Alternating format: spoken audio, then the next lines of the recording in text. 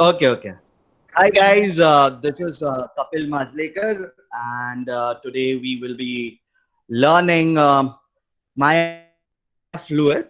Now, very important thing is, I'm going to be speaking about the parameters of the fluid.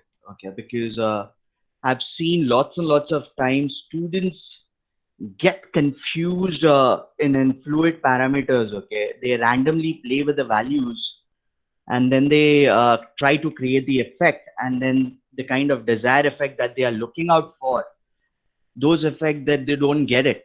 Okay, so today we will be focusing on to the shots, like just a very simple shots that will be creating, where I have shoot what do you call it, the hand movements. Okay, on that hand, okay, this character is playing with the rock, and there is smoke or the fumes are coming out from that stone. So we are going to be creating that effect. Okay, so I'll show you that. Okay, now whenever you starting with fluid effects, okay, which is also comes under your effect simulations. uh, there are lots and lots of softwares, okay, when you talk about the effect simulations. Okay, so let me concentrate on that, because there, when you talk about the effect artist, I think there are quite few effect artists in India, which are working really good. Okay, why? The reason is because what happens, to become an effect artist, you need to have a good what do you call is a machine configuration. Okay, you need to have a good knowledge of the softwares to become as a effect artist or effect simulation artist. Now, when you talk about the, in India, especially, the students are not moving too much to the FX artists, because I've seen lots of students are concentrating more on modeling, more on texturing, more on lighting. Okay. People are going for more on roto. People are going more for paint. Okay. This all areas are there, but quite a few students who go into what you call as an effects simulations. Okay, and many a time, okay, some few students who go for the simulations artist, they try to create a showreel just consisting of what do you call as a smoke, or what do you call as a fire. Okay, which is good. Okay, you can show it, but in your showreel, try to execute the shot. When I say shot, means try to create. There has to be a background. There has to be what do you call as a scene. Okay, there has to be a character, or maybe a hand where the fire is coming out. Try to create that. Okay, rather than just showing a smoke in your showreel, or just showing what you call as a fire in your showreel. Okay, that's not going to be impacting on the studio. What do you and the people who is going to be watching your showreel, they will feel, yeah, yeah, this is the presets. Okay, so try to create the shots. Okay, try to put the background, try to do the little bit compositing. Okay, whenever you become a what you call as effect artist, okay? Try to develop the overall scene rather than just showing a smoke. Okay, so today we will be working with a shot, just a simple shot that I have created. Okay, now I'll just show it to you. Which shot is that? So I'm going to be sharing a screen with you. Just give me a second because I'm sharing a screen.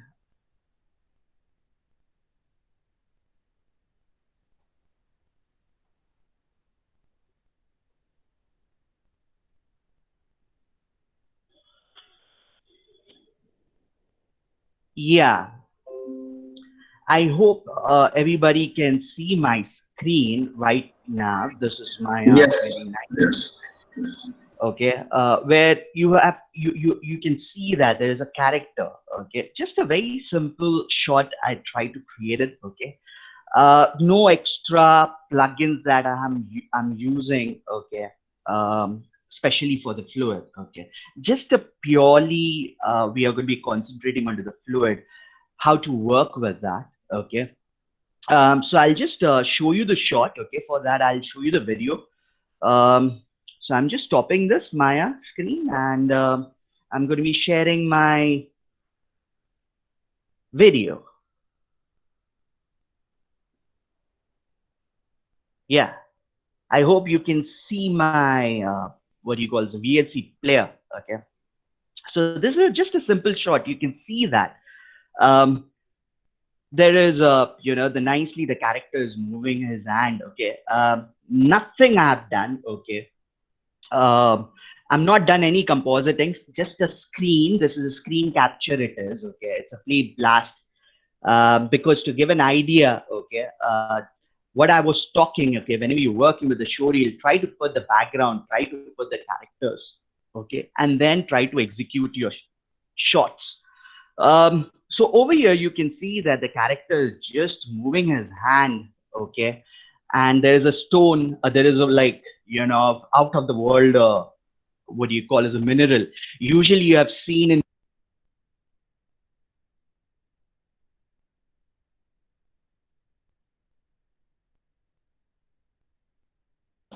Your mic is mute. Just switch on. Somebody has done that, I would say.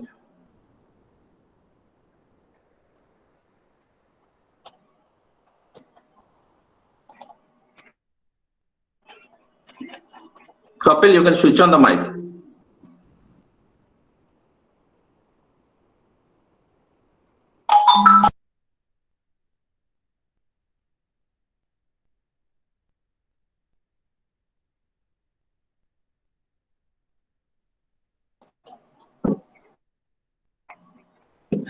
Kapil, your mic is off.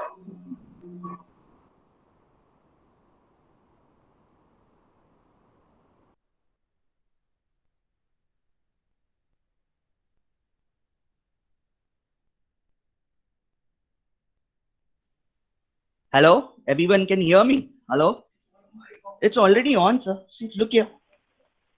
Yes, sir. Okay, it's already on. Yeah, yeah.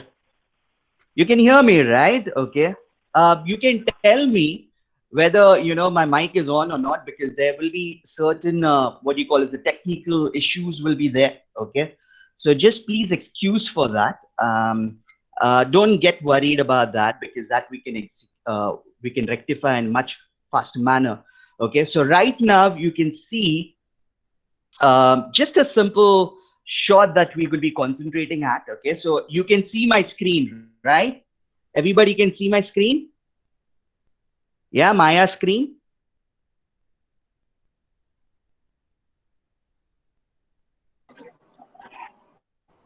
Yeah, everybody can see my Maya screen. Yes, yes. Okay. Now अभी नहीं आ रहा है. Now you can see it. Yes. Yeah. Okay. Yes. Yes. So that was a video where you have seen that the fumes are coming out from what do you call it, the stone. Okay, it's a quite a simple shot is there. Okay, nothing what do you call as the advanced shot. Okay, but what I concentrated, okay, over here is like how to work onto the fluid. Okay, so first what I'll do it, okay, I'll give you the complete proper knowledge, okay, how to play with the parameters. Okay, and then I'm going to be going on this shot and going to be teaching you what all the techniques that I've used to execute this shot. Okay, so this is a pretty simple. The stone is moving, okay, and the fume is coming out of from that particular stone. Okay, this inspiration I got it from I've seen the Avatar movie. There's a guy who actually play with the stone, and it's that stone is floating, and that is a mineral usually. So what I thought, okay, let's do that similar kind of thing inside this Maya. Definitely, I have done the tracking. You can see there is a locators. Okay, the tracking has been done in Nuke, and then I saved it in a FBX format, and I got it over here, especially the trackers, where you can see that there is a what do you call as the locators and everything is there. Okay, there is a cameras also. You can see there is a keyframing. Okay, now I'm not going to be concentrating more on tracking and all. Okay, this is something that you should get the knowledge. Okay, whenever you are executing a certain shots. Okay, what my concentration will be more on how to execute the fluid parameters. Okay, maximum time. Okay, I've seen the students. They give a very huge amount of the resolutions, and their machine crashed down. Okay, the people who want to become an effects artist, okay, first understand your limitations. Okay, when I talk about your limitations in the sense, what kind of machine that you're working for. Okay, I know, everyone will not have, like higher configuration machine.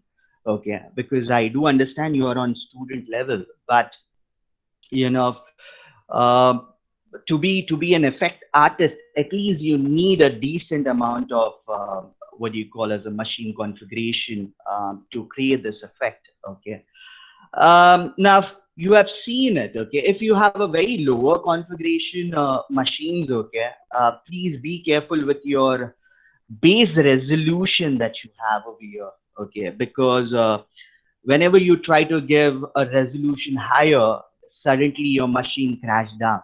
Okay, so all the artists should understand their limitations of the machine, and as per that, that they have to work with the base resolutions.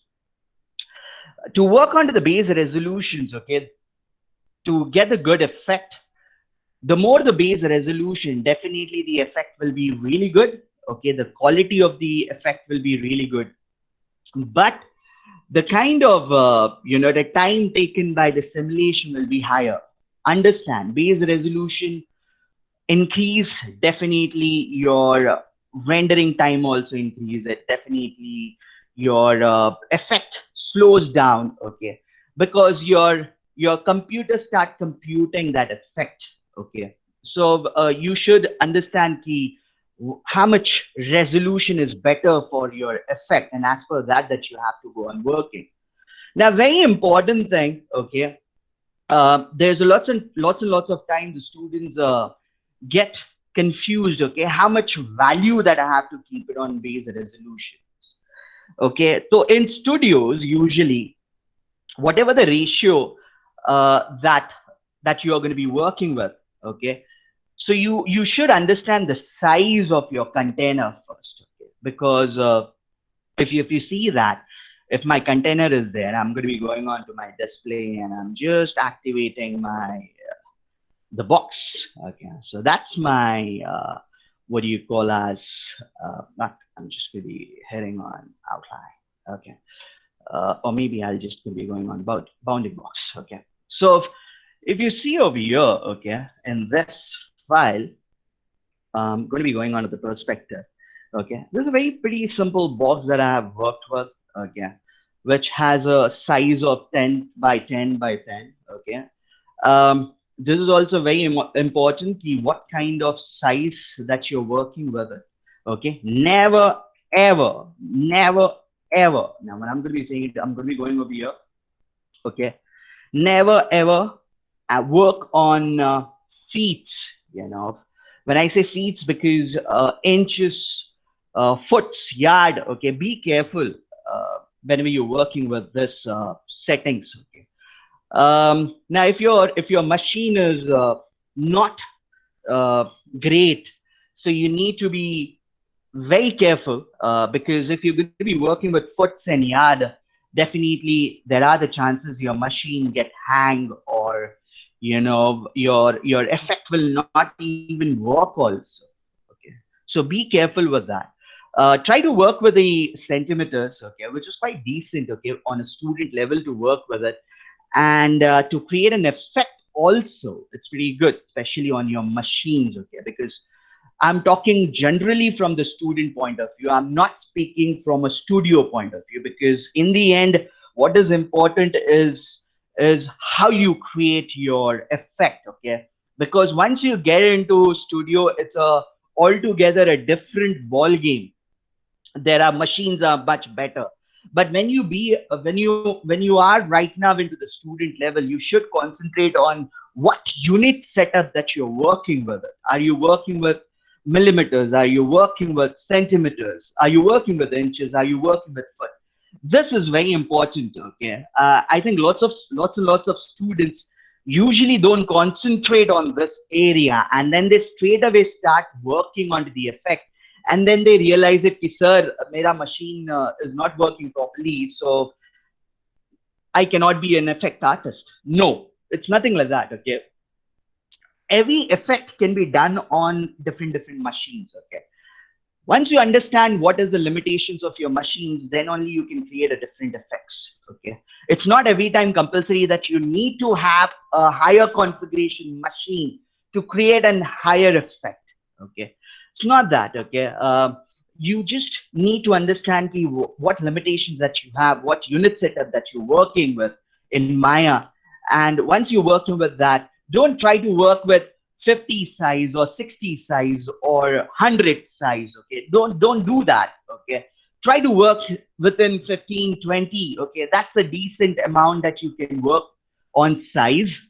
Work with a resolution of 45 to 60, which is like decent. Okay, and in unit setups you're going to be working with more on centimeters. Okay, try to concentrate on centimeters first thing. Okay, then go on to your time slider and see that what frame that you're working with. Okay, this is also very important. There are certain effects that you have to work. When you get into the studios, um, you need to work with 30 fps, you need to work with 25 fps. Okay, there are, the supervisor will give you an idea what frame rate that you should work with. Okay, already the Excel sheet will be provided to you. Okay, with all the descriptions. Okay, you have to work with 25 fps. Kapil, sorry. Uh, Hello, Hello. Kapil. Yeah. अच्छा in between I just presented, so तुम्हारा presentation निकल गया, so you just have to represent it once again. You just come out from that and represent it. So should I stop Stop sharing? presentation. Okay. Stop sharing. Then again Okay. represent. Okay, Pooja Yadav, can you please switch off your webcam, which is on? Now it's proper, sir. Yeah, please. Right. Perfect. Okay, how is everything going on? The students can hear my voice properly. Hello, sir. Okay. Yes. Your voice is clear. Yeah. Right. Okay. So you can see that. Okay, first we concentrated on what unit setup that you're working with. What is the working units? Okay, so you need to concentrate on centimeters. Okay, don't try to go for the foots or the yard. Okay, try to work onto the centimeters when you are on student level. Okay, go onto the time slider. Okay, understand the kind of effect that you're trying to create it. Okay, that effect, whenever you're trying to create an effect, okay, there should be a video. Okay, so whenever you're putting an effect on that video, you should understand what kind of frame rate that video has. Is it video has been captured in 25 fps or the 30 fps? As per that you're going to be working with your frame rate. And whenever you're working with your dynamics, okay, your playback speed should be on play every frame. Okay, and your max playback speed will be every time 25 fps into 1. Now that total depends what kind of frame rate that you're working with. Okay, so this is just a simple way to explain you. So whenever you're working with your effects, okay, please concentrate on your what kind of working unit that you're working with. And if you're going to be going on to the time slider, frame rate that you need to concentrate, and your playback speed that need to be on play every frame. Okay, so first you need to concentrate onto the preferences whenever you're starting with any kind of effects. whenever you're creating any kind of scene. Okay, this is a very one of the very important thing, and I think maximum time student ignore this. Okay, they straight away ignore it and they straight away work on fluid effects. Okay, and because of that, because they don't know what unit setups that they are working with, and they straight away work, and someone has feet, someone has inches, someone has yards. Okay, then the problem appears on their screen. Okay, so you need to be really careful while working with your preferences and settings. Inside that, you try to work precisely or properly onto your uh, working units. Okay, once you're done with this, okay, then you straight away go on to the effects. Okay, go on to your fluid system and take your 3D container. Okay, so this is your 3D container. You can work with the 2D container also. Okay, but that totally depends what kind of shots that you have. Okay, if your camera is moving, okay, in all the three axes in your shot, so it's better to work with your 3D container. Okay, but if your working is if your camera work is quite static, not completely static, but it's just panning left to right or it's panning top to bottom, so at that time you can prefer to work with your 2D container. Okay, again, when you talk about the 2D container and 3D container, definitely by seeing the words, you will straight away come to know 2D container means X and Y axis that you're working with, and 3D container is three-dimensional. When I say three-dimensional, you're working on X, you're working on Y, and you're working with your Z axis. Okay, so that means you're working with all the three areas. Okay. Again and again I'm saying it because be careful. Okay, every time it's not compulsory to use a 3D container. You can work with your 2D container also. Okay, but it depends on shot to shot requirement that you have, how exactly your camera angle is. As per those camera angles, you can decide to work with a 2D container or you can work with your 3D container that you have. Okay, so right now for this shot, I have worked with a 3D container. Okay, because um, because if you're seeing the shot, okay, I want that fumes to actually come out from all the area of my object. Okay, so that's why I've used a 3D container. If I would have used a 2D container, if I would have used a 2D container, okay, so the problem would have been, you can see that. Okay, so the problem would have been the what you call as the fumes would have been only in a flatter area, only in a two-dimensional area. Okay, I will not get the depth. Yeah, okay, so that's why I worked with more onto the 3D container, because my requirement was that I want my fumes to come out completely from that particular stone. That's why I work with the 3D container. Okay, once I created this container, okay, you can see that the base resolutions, okay, that I have kept it like, previously I kept it like 40, then as per my machine. Okay, because if I do it like 90, 120, definitely my effect will be really good, but I know my limitations for my machines, so that's why I kept the base resolution to 60. Okay, um, there is a one trick that you should uh, whenever you're sitting on fluid system, you should concentrate.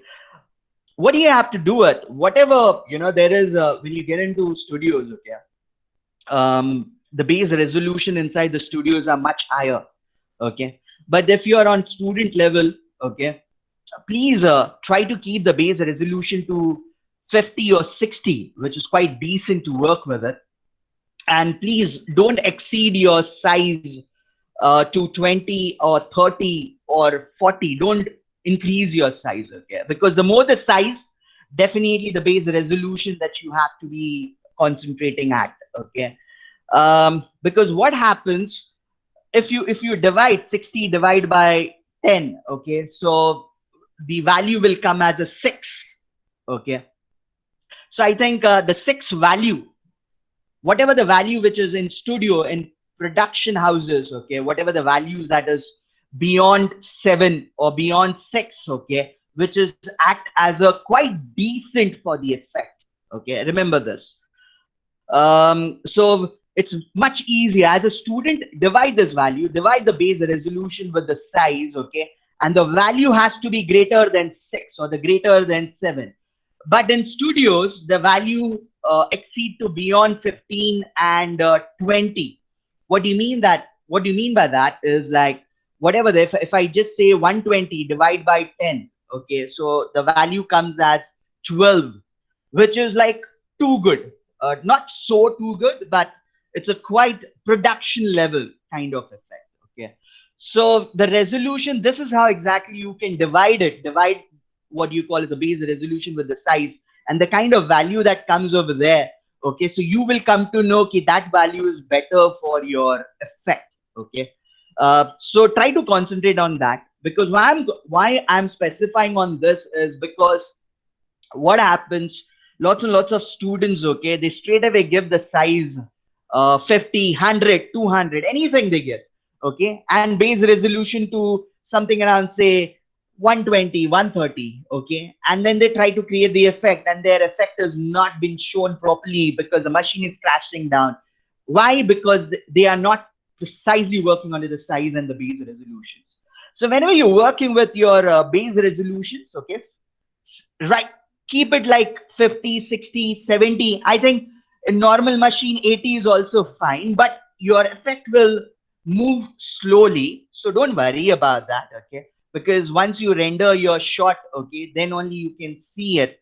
And every time, if you are a effect artist, you should render it in at least your effect in 320 by 240 to see how your effect is going on, and then you put it for your final render. Okay, so whenever you're working with any kind of effects, okay, so please keep it your base resolution to something around say 60 or 80 depending on your machine, and work with your size. Okay, so for me, I feel this size is quite fine. Okay, so 10 by 10 by 10. Okay, or you can do one thing. What you can do it, you can just go onto your auto resize. Okay, look over here. I've not worked with the auto resize inside this. Okay, if you want to work with the auto resize, this is also a very good option. Okay, what do you mean by the auto resize is like the computer will put the resolution as per the effect requirement. Okay, so what happens when I just go back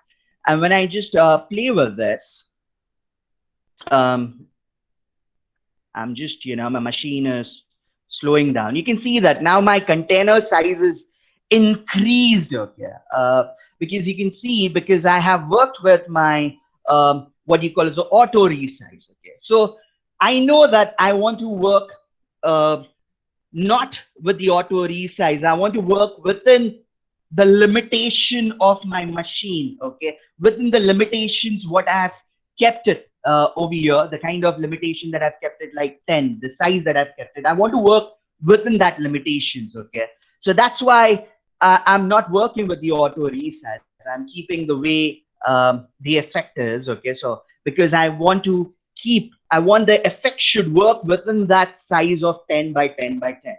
Okay, tomorrow if your machine is quite good. Okay, because what happens in auto resize, it try to fluctuate your resolution as per the container size. Okay, it can go onto higher side also, and suddenly if the requirement is not there for higher resolution, it will drop down your max resolution parameters. So that means the container will try to adjust as per your effect in auto resize.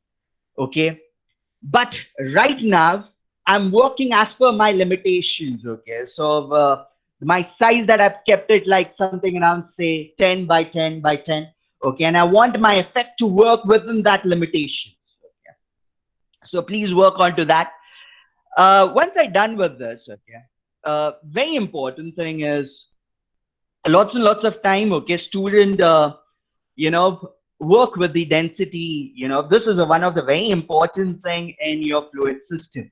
Okay, one of the very important thing, because I'll just share you one thing, because in fluid system, what all things that you can do it. So I can just go on my window. Just wait for a second, because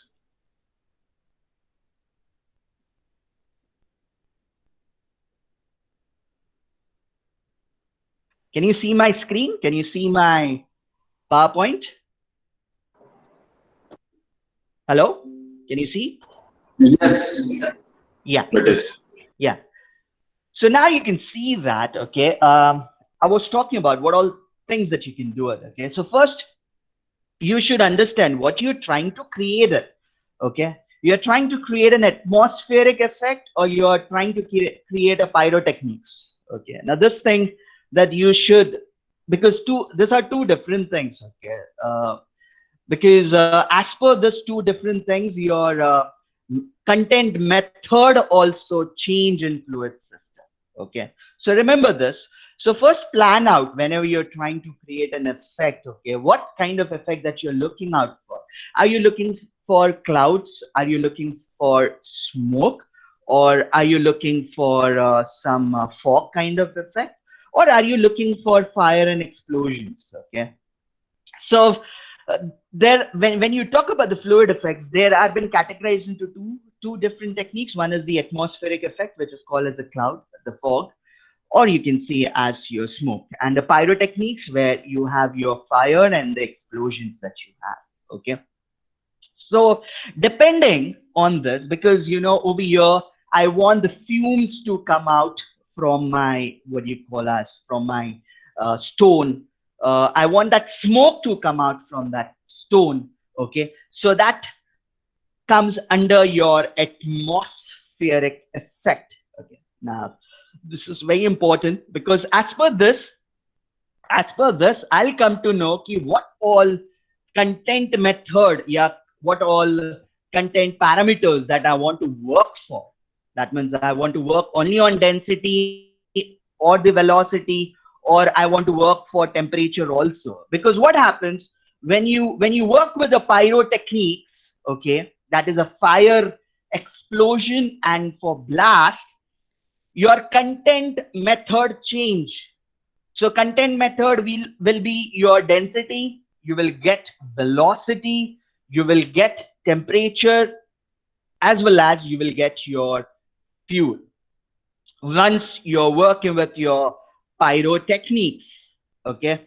But when you're working with your atmospheric effects, when you're working with the clouds, when you're working with the fog or the steam or the smoke, okay, you can just work with density, or you can work with your velocity. Okay, no need of working with your temperature, no need of working with your fuel. Okay, this is to simplified, okay, to simplified, or to understand how to work with the fluid effects. Because what happens, I have maximum time I've seen it, students create a smoke effect, or they try to create a fog kind of effect, and they activate all the parameters, and it's unnecessary to use it. Okay, so whenever you're working with any kind of effects, especially the fluid effects, first concentrate, okay, what you're trying to create it. Okay, and as for that, you should understand that you will be working only on density, or you will work only on your velocity. Okay, because this fourth thing in your fluid effect is very important.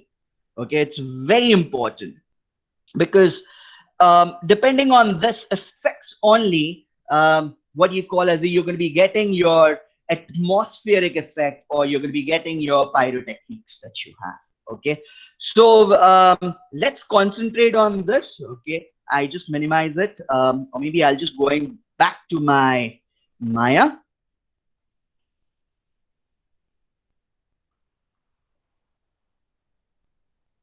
Okay, I hope you can see my Maya screen now.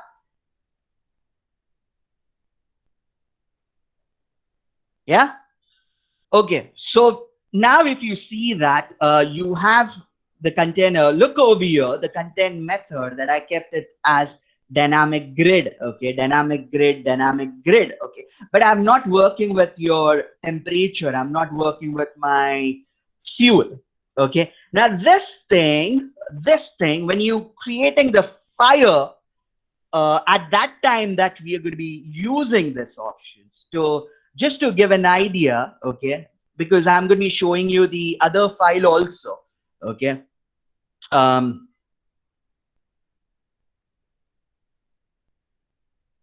you can see this. Okay, so for fire and all. Okay, um, you can check it out. Okay, so on this effect, I have worked with my temperature, okay, velocity and density to get the kind of desired effect that you have. Okay, so that's why, whenever you're working with any kind of effects. Okay, so first you need to decide it, which effect that you're trying to create. It you're trying to create your, what do you call as, the smoke or the fog effect, or you're trying to create your, what do you call as a fire effect. As per that, you're going to be working with your content method options that you have. Okay, so you will be having the density, you will be having the velocity, you will be having the temperature, you will be having the fuel. Okay, but right now in my scene, my requirement is like the smoke has to come. Okay, so you can see that. Okay, so there is like nicely, the smoke is coming out from my, what do you call as a, and it's little slower because I know as per my machine that I just worked onto this scene. Okay, and just excuse me for, because it will be not a faster to work with it. Okay, because 60 or 80 resolution also slows down my machines. Okay, so I'm just as per my limitations of the machine I'm working with. So you can see that my base resolution I kept it like 60. um, One more very important thing, your boundary and your boundary XYZ. Okay, I've kept it none because I don't want all this, what do you call as a voxels or the particles. Okay, should collect within this container, they should escape it. Okay, so for that I worked with the options that you call as the boundary X, boundary Y, or the boundary Z. Again, I'm saying it that total depends on to the scene requirement to requirement. Okay, you can specifically work on single axis also. Okay, you can restrict your, what do you call as a voxels or the particles within the container by just saying this both sides. So what happens, the particle will start collecting within your container. Okay, so right now, as per my requirement, I kept my density and the velocity to dynamic grid. Okay, so to so what are the parameters that I worked with? It's pretty simple, nothing great. Okay, so I'm going to be going on to your, what do you call as the shading parameters. Okay, so first you should understand. Okay, I don't need my, what do you call as the incandescence also, so I can just remove this. Okay, so it's not necessary, you don't need to put the incandescence straight away. Okay, after changing my content method to dynamic grid, to the velocity grid, I straight away went on to my,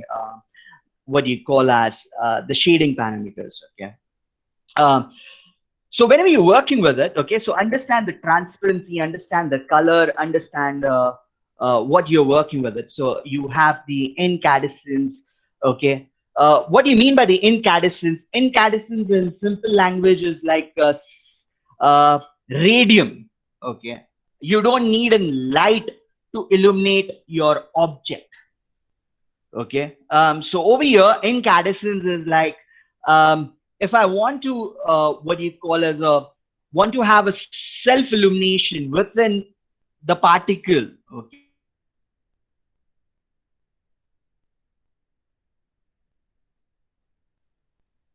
so what happens, that's why I removed my incandescence value, not needed. Okay, So as an artist, you should understand unnecessary parameters. Don't change it. Don't fluctuate the unnecessary parameters. Okay. Try to keep it the whichever the values that you're working with, try to keep it those values only. Okay. Just to give an idea. Okay. So I'm just trying to go onto the file. I say don't save. I'm going to be going on to my what do you call as grid. I'm just activating the grid. Just going to be going on to my fluid effect. I went onto the 3D container, just created the object, okay, the container. I removed the emitter from here, okay. I just went on to the base resolution of 40, okay. So whenever straight away I'm not increasing to 60 or 80, I basically start from a lower resolution, maybe 35 and all, okay. And then slowly I increase my base resolution depending on to my requirement, okay. So this is how exactly you can work with. Okay, so I just created the container, just a normal 3D container. Just to give an idea, just a simple, what do you call as object that I've created. Okay, just give it a rough kind of output. Just give a little bit. You can use a displacement modifier also, deformer. Okay, you can use that. Okay, just to give a random kind of effect, I've just created this. Okay, perfect. Okay, try to go onto the modify, just say freeze transformation, edit, delete by type, history, and I don't want such a big one. I just created a little small one. Okay, perfect. Modify freeze transformation, edit, delete by type, history, and what I'll do it. I'll select my container, select the object, go onto the fluid, say emit from object. Okay, go back and just play with it. Okay, so you can see that the particles are behaving. Okay, um, now you can see, okay, what I want. Okay, I just give a, I select my container. I went onto the fluid. Okay, fluid container, fluid. Okay, I'm just working with my base resolution, maybe something around say 40. Okay, that's a quite decent value that I worked with. I went on to the density, okay, dynamic grid. I went on to the velocity, again, a dynamic grid that you have. What else that I've done, okay, to create that effect, that stone, okay, just randomly rotate my, what do you call as an object, just give it a disable this, go back, and I'm trying to select my sphere and just give it a random rotation, just a random rotation, just to give it a simple effect. Okay, so I've just given a random rotation. That's pretty good. Okay, so I say stop it. I just went on to my, again, I activated my, what do you call as a evolution. Okay, I just play it. You can see that my object started moving. Okay, so this is how exactly I have worked onto my effect that you have. Okay, I say stop it. I now what is important, okay? Density. Can you see that density and you have a velocity, okay? Never ever keep this option as a static grid. Never ever do that, because when I do it, when I just play with it, you can see that the object is moving, but my particles are into the static position. Okay, now this is a dynamic effect. Dynamic, why it is called as a dynamic effect? Because every time the particle positions are changing on a world axis. Okay, so what I need to do it is I'm going on to the density options, and I don't want a static, I want a dynamic grid. Okay, so once I'm done with this, what happens? Okay, and even for your velocity, I'll say as dynamic grid. Okay, when I play with it, then only you're going to be getting the movements on your particles, or you can call it as a voxels. Okay,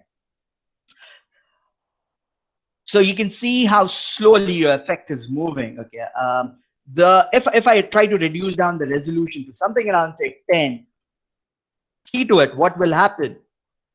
Okay, your timeline is playing pretty faster. Okay, so please be careful. If I say 80, If I go back and if I play with it, my particles becomes what you call as a my machine becomes more slower, and you can see that the particles are or you can see as the voxels are moving quite slowly. Okay, so be careful with it.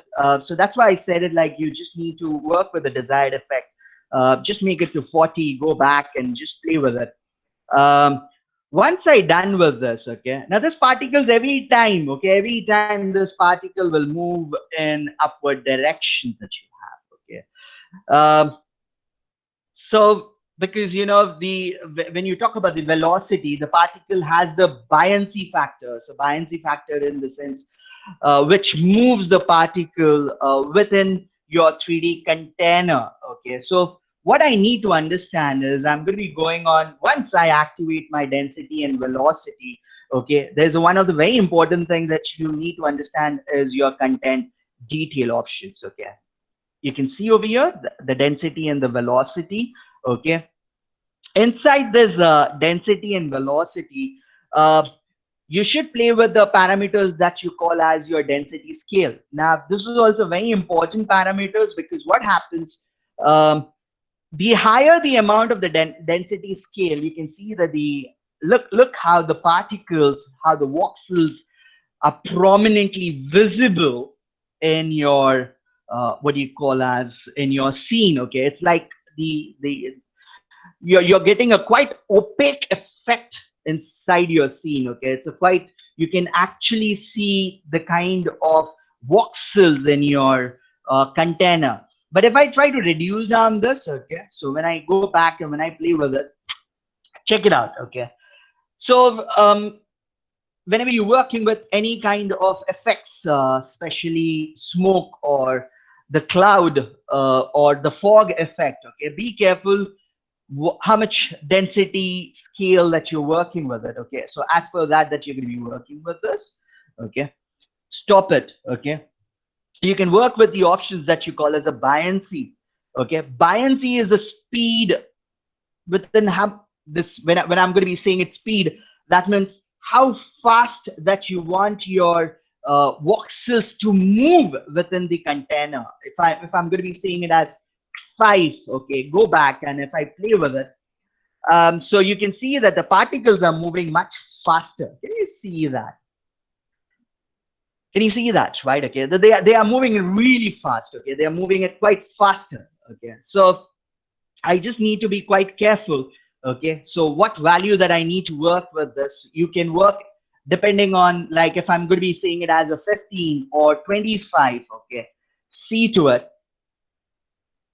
look here. Okay, so it's moving in a faster manner. Okay, I can increase my density scale a little bit. You can see over here. Okay, I've just increased my density scale. Stop it. Now this particle, I was talking about this particle. Okay, that means if I'm going to be going over here, it's collecting within the area. Now the reason why it is collecting within the area, because you're working with your what do you call as a boundary axis. Okay, boundary X, boundary Y, and the boundary Z that you have. That's why, when you see my effect previously, okay, the file, my boundary axis, I kept it as none. So what will happen now, you can see that the particles are collecting within the container, because all your boundary axis was on both the side. That means the voxel will not escape from the container. It will start collecting within the container if your boundary value is on both the side. Okay, if I'm going to be keeping it as a none, none, and none, okay, see what happens, the particle will start escaping. Okay, so it will start escaping. Can you see that? Okay, it start escaping. Pretty good. Okay, so once I done with this, I feel this is fine. Okay, then straight away go again onto the content detail inside. When you see that, when you work with the content method, you're activating the density, you're activating the velocity, but your temperature and fuel are 0. So inside your content detailed also, you can see that the temperature and your fuel values are deactivated because it's not been activated. Why it's not been activated? Because your temperature and fuel parameters are off. Okay, so because we want to create a smoky kind of effect, fume kind of effect. So that's why I'm working with the density and velocity. Now, what do you have to do it? Okay, just work with the dissipation because I don't want that the smoke should move upwards so much. So what I can do it, I can work with the dissipation. Dissipation is what you call as a fall off of your particle. Fall off of your particle means the voxels. It will die. Okay. So when I increase it to something around say 1, and if I try to play this, I'll keep my buoyancy factor to something around say 9. Okay, that's pretty decent. And I play with it, and you can see that your effect, what you can see over here, it need to what you call as a vanish. Okay, it's not vanishing. Okay, I don't want this effect to reaching onto the boundary area. So there are two techniques. Either you can go on and you can work with your edge drop off. Can you see that? Either you can work with this edge drop off, or you can straight away go over here on the dissipation values and try to give it a little higher values and see to it whether your particles are moving in a proper manner or not. Okay, so just play it, see it. I'll just increase it more. So you can see that now that particles, you can see the voxels are been what do you call as fading off at a certain distance because you have given a dissipation values. Okay, now this is very important. Okay, I have seen lots and lots of show reel of the students. Uh, all the particles are going upwards to the boundary, and I can see there is a sharp edge has been created on that effect. Okay, which is horrible in your show reel because you don't have to, your effect shouldn't be look like cutting effect. Okay, it should be gradually, properly balanced effect. It has to look. Okay, so never ever touch your fire or the smoke onto the boundary area. Don't do that. Okay, you have the options like a dissipations. You have the options like an edge drop off. Play precisely with those values. Okay, and try to limit the voxel within the container, not onto the edges. Okay, so try to understand that. Once I'm done with this, what I need to understand is your swirl effect. Swirl effect is what do you call is giving the turns and my effect. Okay, so that means when I'm just going to be playing with it, okay, you can see that the particles or the voxels will have a turning effects. Okay, um, that turning is usually we call it as a swirl. Okay, so you can just give it a decent amount of the swirl. Okay, stop it. You can see that now it's just showing me a little what do you call as the effect over here. I'm rendering it in not in Maya Arnold, but I'm going to be rendering in Maya software. Okay, to make my work more faster. Okay, and I'm just going to be rendering this.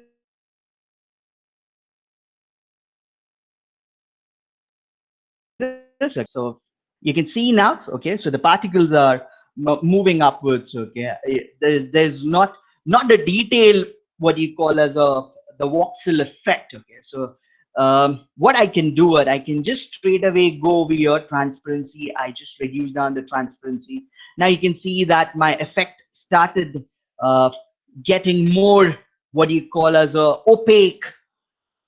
Then go on to your lighting. Lighting, it plays a very important role, okay, inside your fluid effects to get a depth. Okay, so I just increase my lighting amount, increase your shadow effect, work with your opacity parameters. You can see that I'm trying to work with the opacity. You can see over here how denser that you got your effect. Be careful with your what you call as a graph. Okay, depending on to the graph, if I try to play with the graph, you can see my effect has been,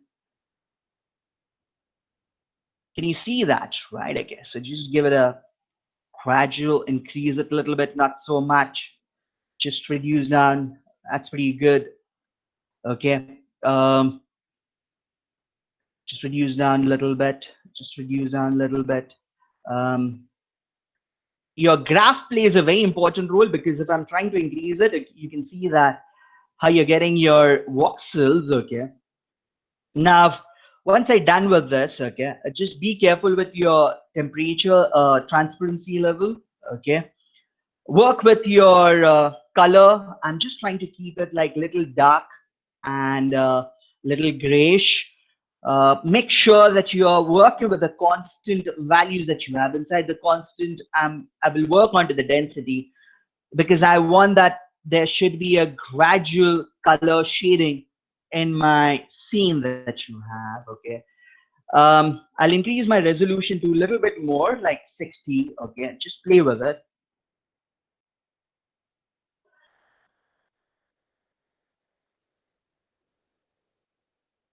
Now you can see that I'm getting a denser kind of effect that you have over here, okay, in my scene, okay, because I worked with my, what you call as a dissipation. I worked with my, what you call as um, buoyancy factor.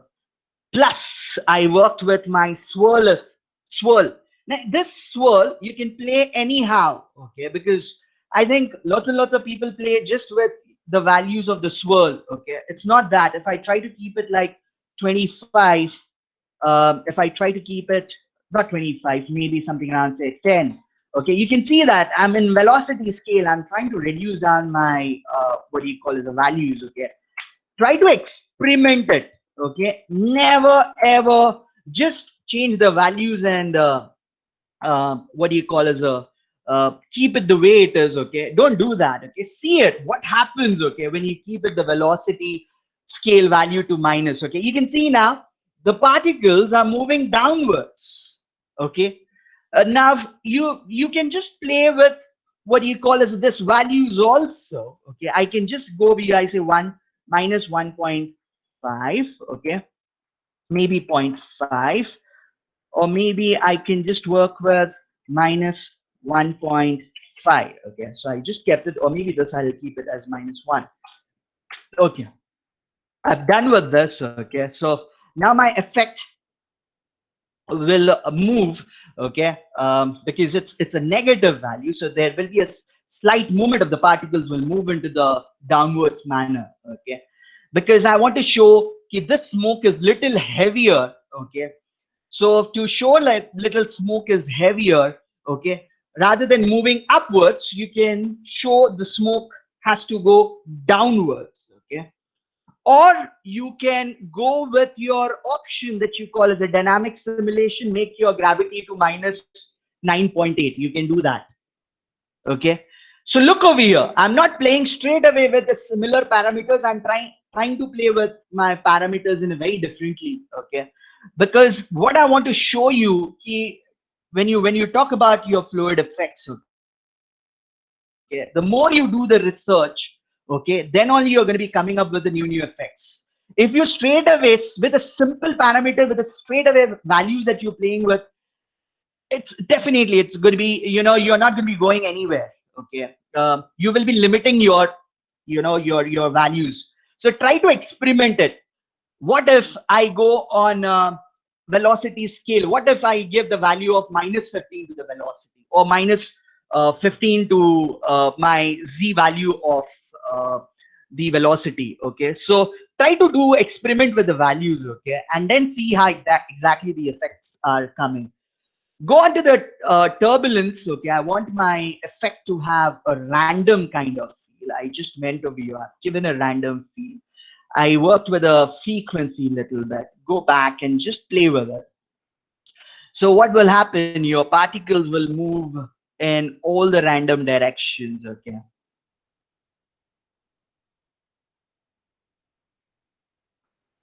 okay, so I'm not going to be getting what you call as a similar effect. Okay, because the particles are going upwards or the downwards. I'm not getting that. Okay, I'm getting a randomly the particles are moving with it. Okay, I want the speed of the buoyancy should be a little bit more faster. Okay, my simulation should be a little bit faster.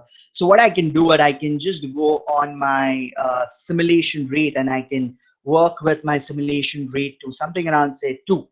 which is quite decent to work with it. I want my effect to work a little faster.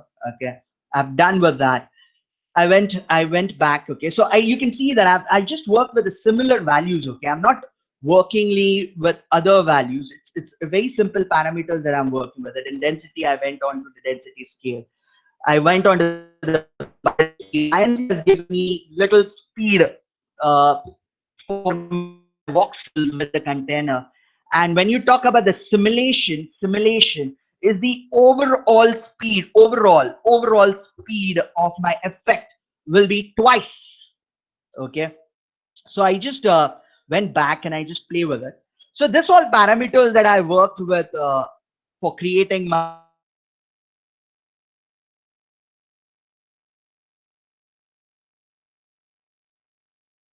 how exactly this effect can be seen. Um, I can just go over here. I just render this to see it.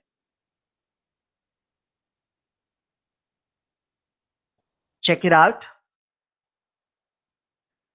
Okay, you can see how exactly the effect can be seen over here. I don't want this boxes. Okay, I don't want this voxel boxes. Okay, so what I'll do it for that, I went on to my option that you call as my shading quality, and I just increase my quality to 3, and I just made my render interpolation parameter to smooth. Okay, so when I do that, and when I just play with it, I don't want that the smoke should be so denser, so I just reduce down a little bit. Um, just given a little bit transparency, that's pretty good. Now, every time the kind of values that you're keeping it will be not constant, okay? Lots and lots of time that you have to do the trial and error to see that whether your effect is proper or not, okay? I want that this what do you call it, the particle should reach more further. So what I can do it, I can just go onto the buoyancy factor. I reduce down the buoyancy factor to 3, and I just went back and I just play with it and check it out how your effect is working. That's pretty good. Okay, so that's nice. Okay, I say stop it.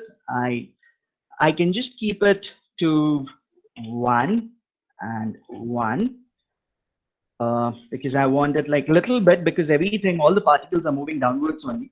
So I want, I just kept it like 0.5 and zero point 0.5. Okay, so I kept it like velocity scale on y-axis a little bit 1. Okay, now you can see that there is a little movement of the particles. They are moving little onto the upward directions.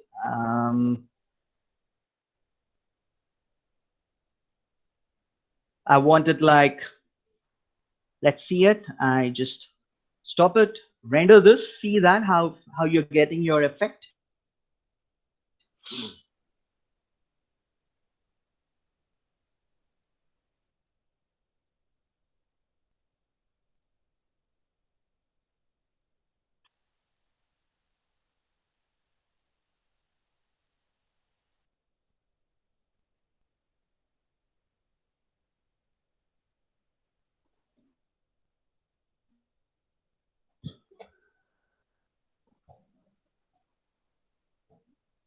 Okay.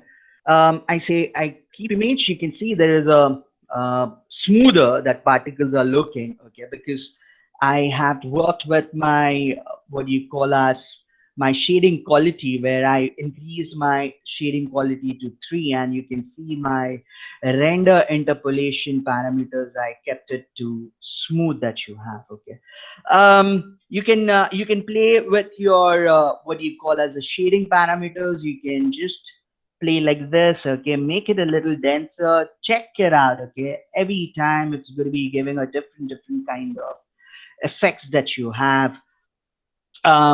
Play with your what you call as the transparency values. Okay, just make it a little bit. Okay, I don't want it a little bit more denser. Just increase it just more. So I can just go on to my turbulence. I just increase my turbulence a little bit more. Just give it a turbulence frequency. Okay, make it a swirl to 15 also, because the lots and lots of time where you can see when the student fluctuate the values, okay, it has a limitation from 0 to 10 only, and it stops. Now if I wanted little higher values, straight away fluctuate those values and see it how exactly you're getting this kind of effects that you have. Okay, so you can see that nicely that I'm getting my smoke. Okay, so I say render this, see it how exactly that you got your effect, okay, so quite.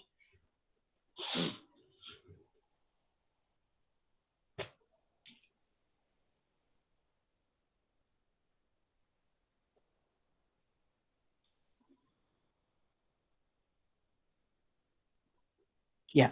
So you can see now I'm getting a proper smoky kind of effect, okay, fume kind of effect, okay. So play with this parameters, okay, play with it. Go on to the working with the transparency, go on working with your color, go on playing with your graph also, because the graph also plays an important role, because every output, okay, changes if you change your graph, okay.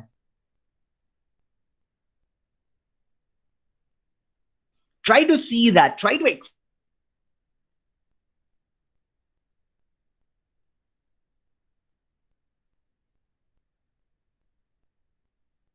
experiment it with the parameters exactly that you're working with your effect. Okay, now area, can you see that the edges seems to be quite sharper, but previously if you see that the edges seems to be quite what you call as a smoother. Okay, now this completely depending on how you play with your graph. Okay, so graph plays an important role also in your smoke effect, in your fog effect, in your cloud effects. Okay, because this opacity graph is a very important parameters. Okay, even your colors also is important parameters. If you see that, I just will randomly play with the parameters. Okay, if I try to change this to something around, say, dynamic grid, okay, I just change it into a dynamic grid. Okay, what my temperature, okay, and if I straight away go on to my incandescence, okay, I went on to the temperature, close down this. Okay, I just keep it this value somewhat over here, and if I just went over here, I just change it maybe something around, say, I'll just try to keep it HSV, change it to something around, say, 15, and let's see how exactly this effect will be. Okay, so I just render this. Okay,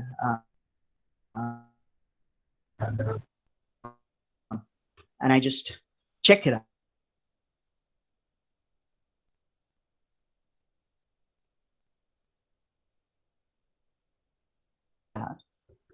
Now that's to what do you call as a very important illumination voxels. It has its own illumination power. Okay, so be careful with this. I'll just go on to my IPR render. Okay, because to get the faster result, so I'm just rendering into IPR. IPR stands for interactive photo rendering.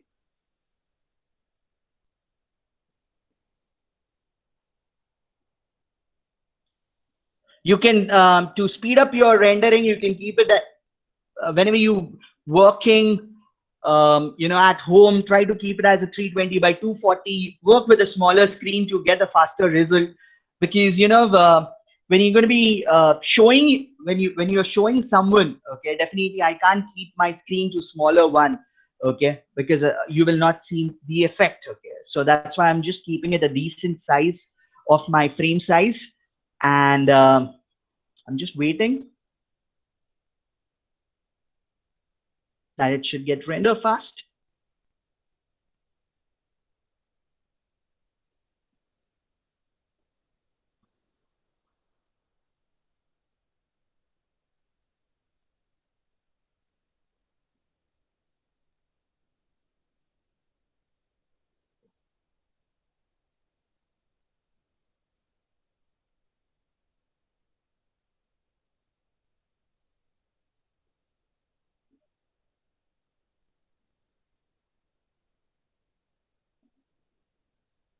Yeah. So once you render this, okay, so I'm just rendering the smaller area, okay. Once I'm done with this, um, it's still taking a little time, okay. Be careful. Yeah. Okay. Now you can see that, previously you're getting, okay. So I'm just, now because I have, oops, it got stuck. Just 1 minute.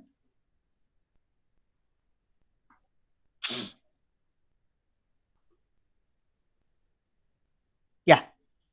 Okay, so you can see that, okay. I have activated my temperature also, okay. And when I go down, when you're working with the temperature, okay, don't keep it your color values, okay. Never ever keep your color values. Just reduce down the transparency, okay. See to it how exactly that thing is going to be affecting.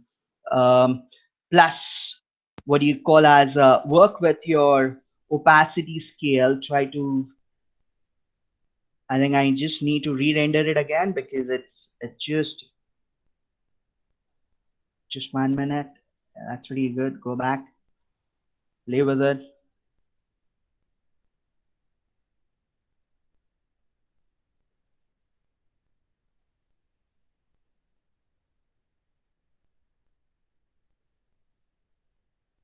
I'm just going to be going over here in my temperature,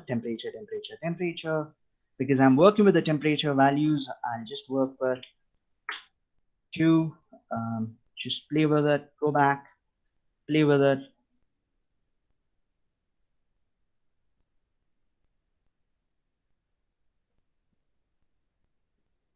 Be careful. Be careful with the values. Okay, just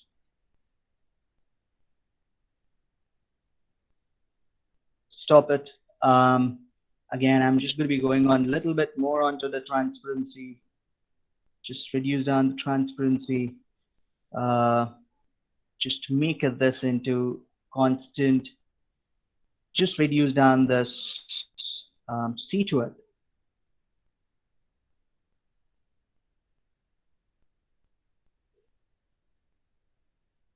Be careful with your parameters.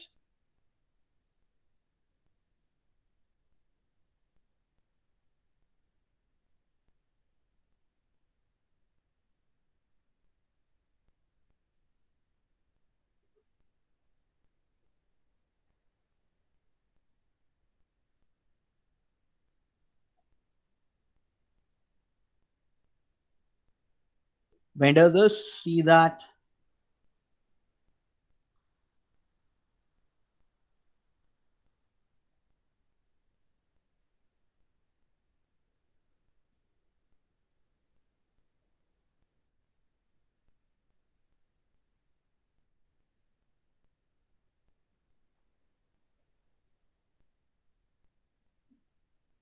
Okay, just so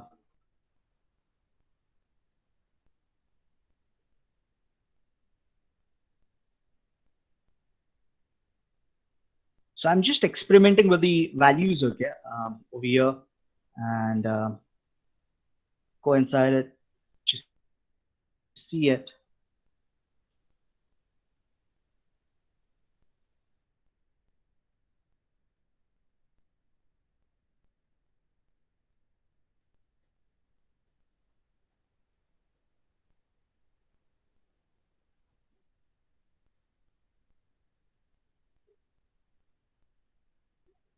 It's a keep image. I'm just going to be going over here, just closing down this. Yeah, just to keep it like one. Okay, maybe something around, say, I'll just go over here. I'm trying to achieve the kind of, because I want to show you how exactly this the incandescence will work. Okay, I want it a little bit more transparent.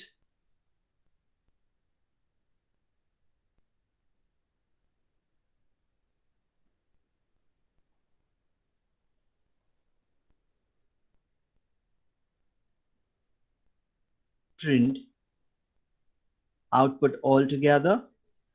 Just be careful. There's lots of parameters that you have to play with it. Okay. Just work with a little bit density scale because I don't want so much. Maybe something around say 1.4. See to it. Render region.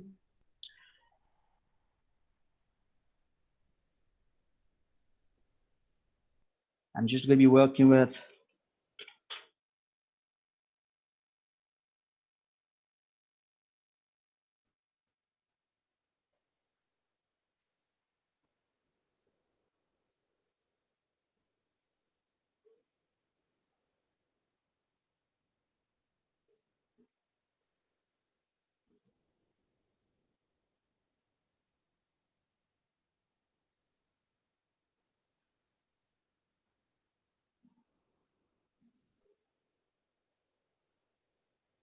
yeah. So I wanted little bit. I'll increase the value to 8. See to it how it looks.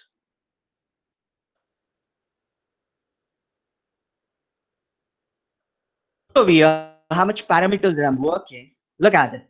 I just now same smoke. I given a little, the fiery, a flame kind of effect. Okay, just with the desired kind of values. Okay, where you can see that I've just worked with the incandescence value, and I kept my color value to black.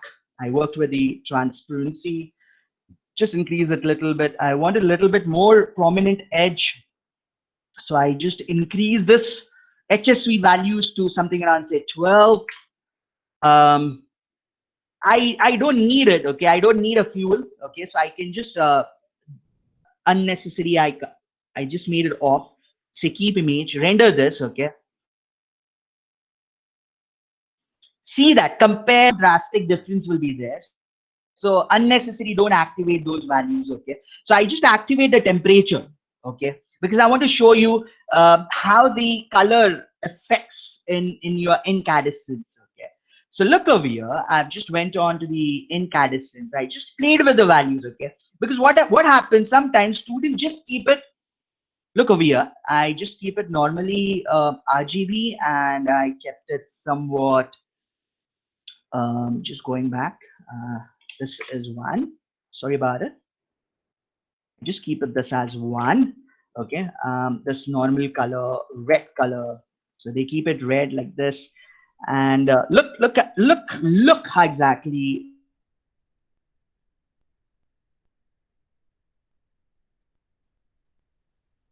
the difference that you could be getting it. Can you see that? Okay, so it's not just a temperature. It's not just a temperature that you kept it on over here, and the kind of values that you kept it over here, the temperature values. Okay, that's a scale values. Okay, you can increase it a little bit higher. Okay, see to it what will happen if I go over here, render region. Okay, check it out. Okay, no drastic difference so much. Can you see this? Okay, uh, so whenever you're playing with all these parameters, your color is also very important. Okay, and remember, whenever you're fluctuating, whenever you're playing with the colors, be careful. Keep it onto the orange, or maybe orange or little reddish area that you try to keep it, or yellowish area, orangish area, and then change your value.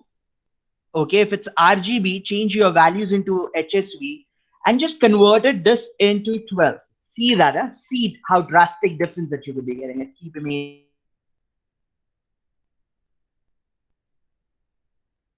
render this. Can you see that? Okay, how your colors are affecting over there. Okay, with the help of this, you can show what you call as the blue color. You can show what you call as a green color, because it gives a very beautiful color sharing. Check it out. Right? Okay. So if you want a different colors on your stone, so you need to work with your incandescence and you can activate your temperature parameters that you have. Okay. Or you want to keep it like a normally smoky kind of effect, you can keep it this normal into the constant. Okay. Just close down this, make it this into what you call as a gray and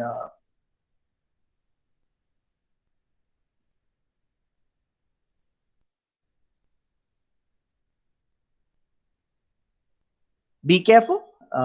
Just keep it, make sure that all your values are not exceeding. Okay, once you change the values, you have to be really careful to change it.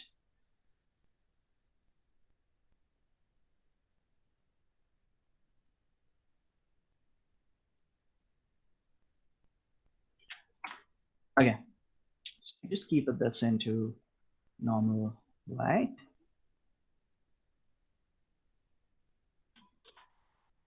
Maybe I'll just use this. Yeah, that's fine. And I'll use it little dark. Okay. And I kept it this as a density to get, look over here. So there are the different fields. So I want to go back to my smoke effect. So I went over here. So keep image, and I'm just reducing down this. Okay.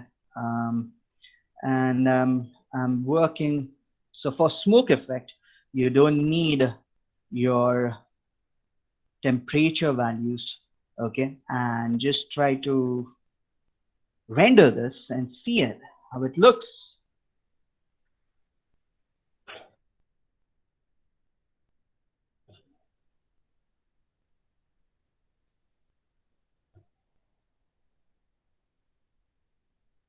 Now you can see that it's looking quite what do you call as a solid kind of effect. Okay, I wanted I wanted a little bit more softer effect. So that means the kind of transparency that you're going to be keeping it will be on a little higher side. Okay, maybe somewhat over here. Okay, you can see the color difference that you have. Okay, just right click it, render region. Perfect. Okay, and and okay, now I just render this, and I want the edge more softer rather than what do you call as a sharper. So what I can do it,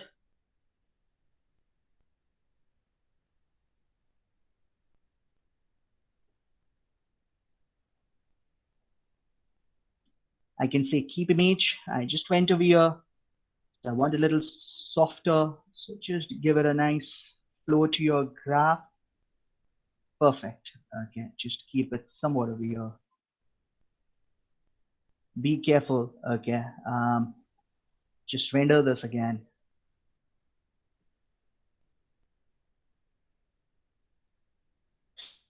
See it, the difference. Okay, look at the edges now.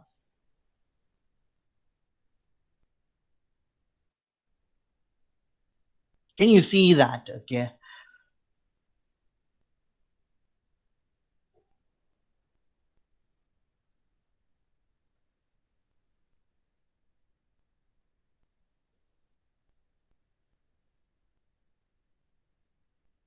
okay, that if you fluctuate, you're going to be getting a different kind of feel to it. Okay. Now, once you are happy with this, then this is what parameters that I have worked. Okay, to create my effect, this effect, which is called as the mineral effect. Okay, I say I don't save, close down. Okay, go back, and I just played with this.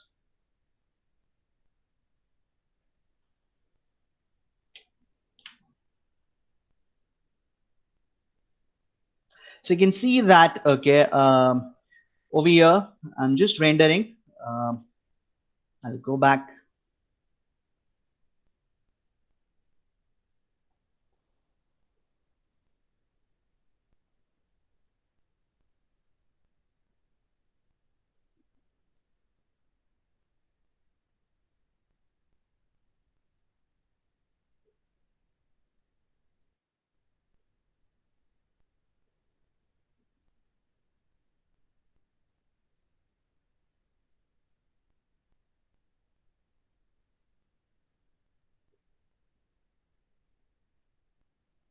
Yeah, I say stop it. You can see the similar. Nothing I've done. Okay, it's the same where we worked with what do you call as the density and the velocity. I kept the base resolution to 60 only. Then I worked with my density. Look over here. Um, so practically, I've shown you how the density and buoyancy and dissipation works with. Okay, let's see the rendering. Okay, if I say keep image, render this.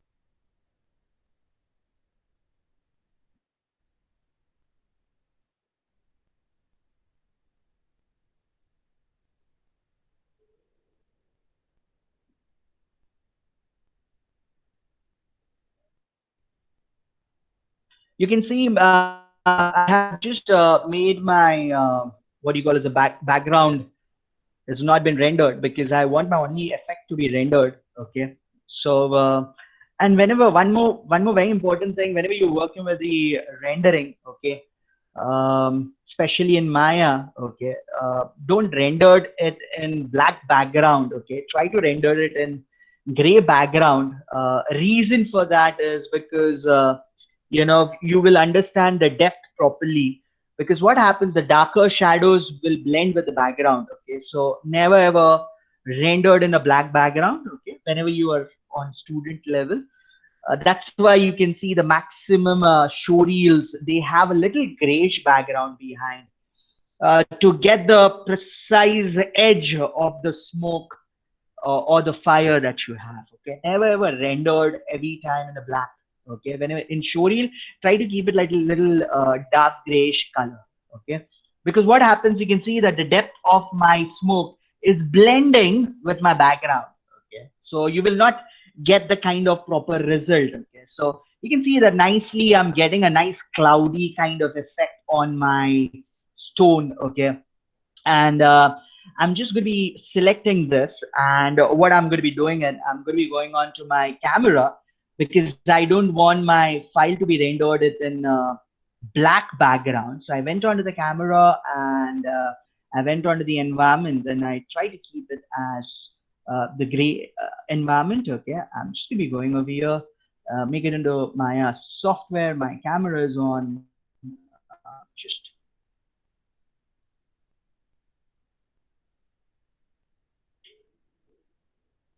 perfect.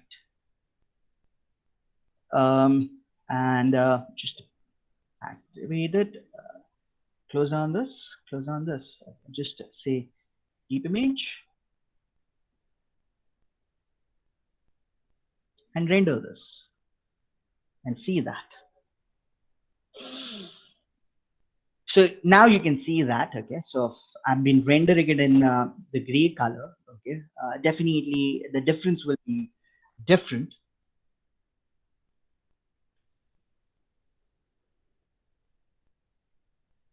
So as an artist, every time, okay, there's a lot of things that you have to keep in mind. Okay, what kind of background that you have, because the result goes on changing. Okay, sometimes what happens, the kind, if you are given us uh, a light transparency in your what do you call as a fog, or in your cloud, or in your smoke, if you keep it a black background, you will feel, "Ki, yaar, this is this smoke looking very good." Okay, and once you render it, and when you take it into the compositing, then you realize it, "Arey yaar, Maya pe this file is looking pretty better. So why it is looking very different in compositing?"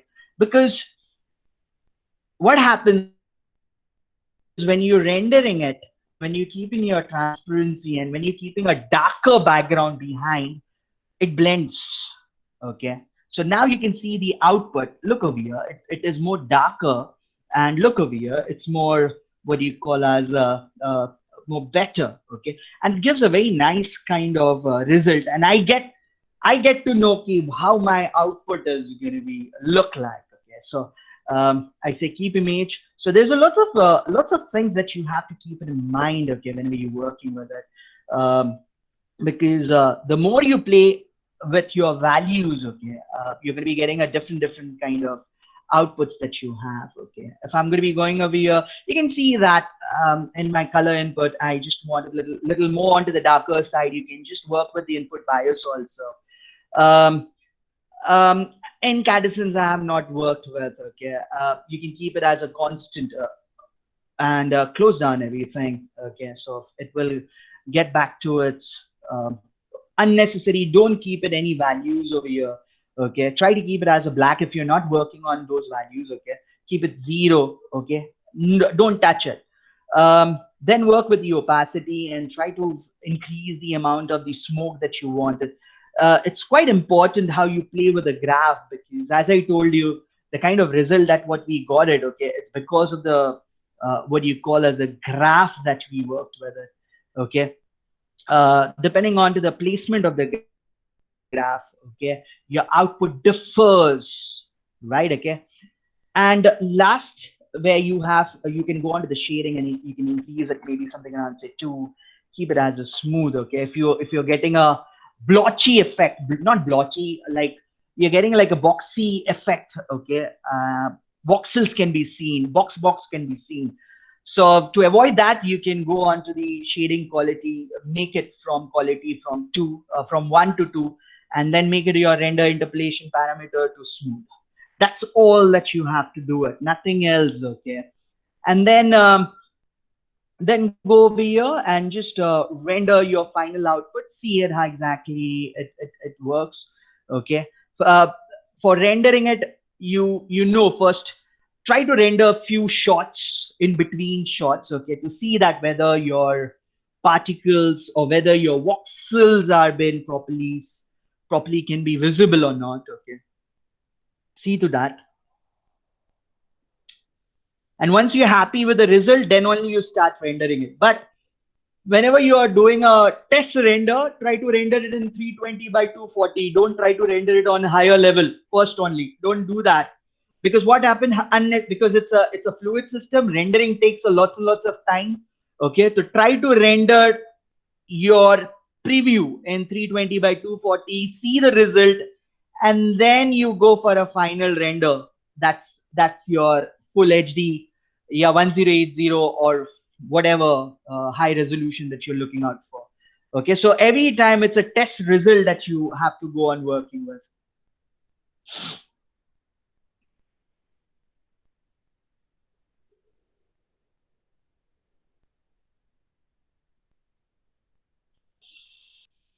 So in fluid system, and when you're creating your show reel, okay, don't straight away, as I told you every time again and again, don't put just a smoke coming from the emitter, just a fire coming from the emitter. Don't do that.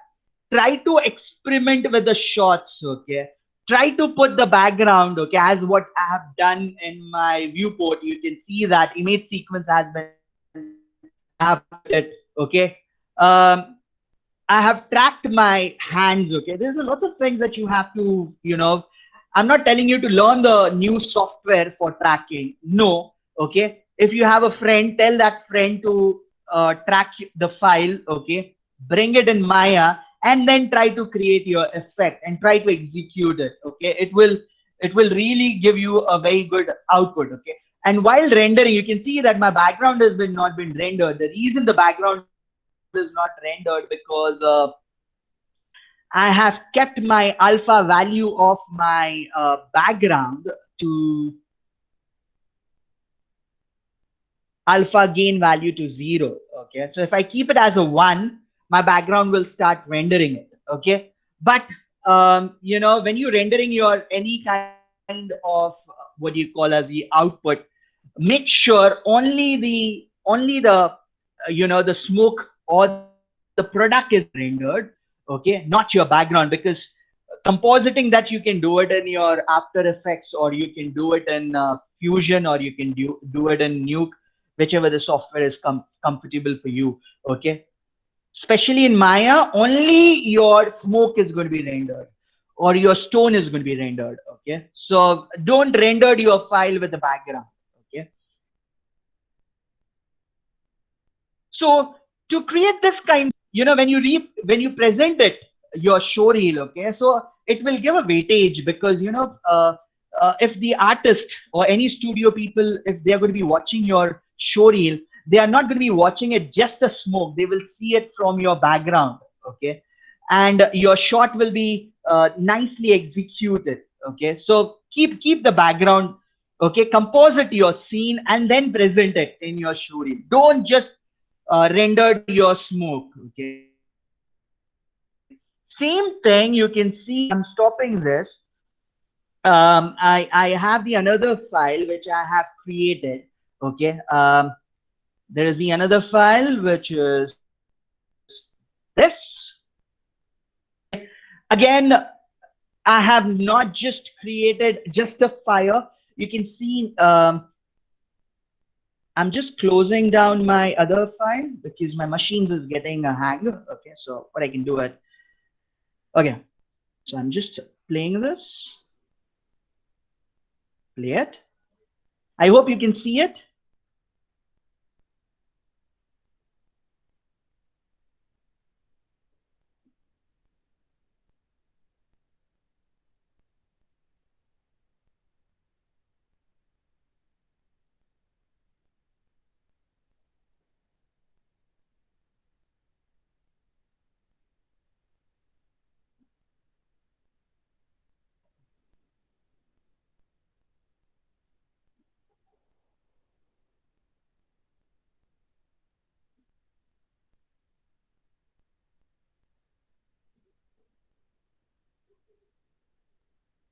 Just 1 minute. Just 1 minute. 1 minute. Okay.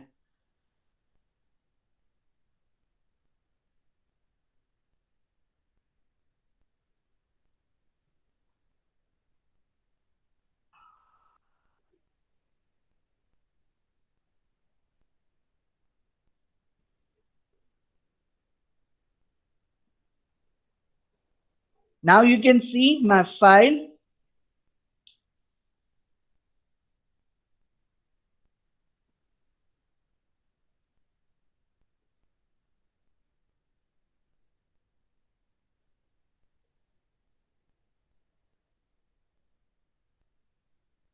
Just 1 minute.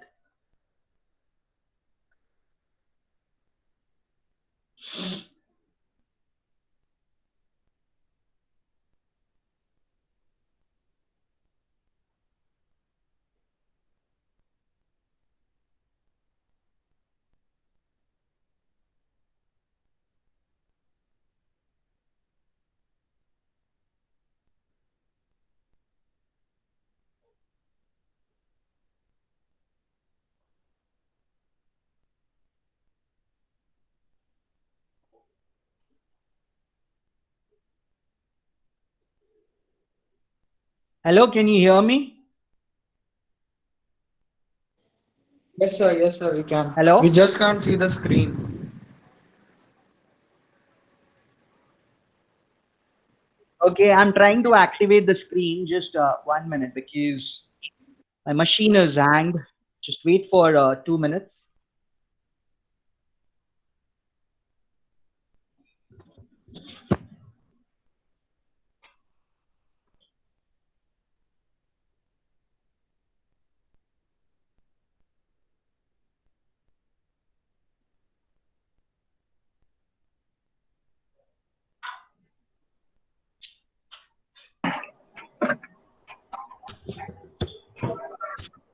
Guys, just wait for 2 minutes. My machine is hanged. Okay, just wait for 2 minutes. Sorry for interruption, because uh, suddenly, some technical problem is popping up. sorry from our side, because just wait for 2 minutes.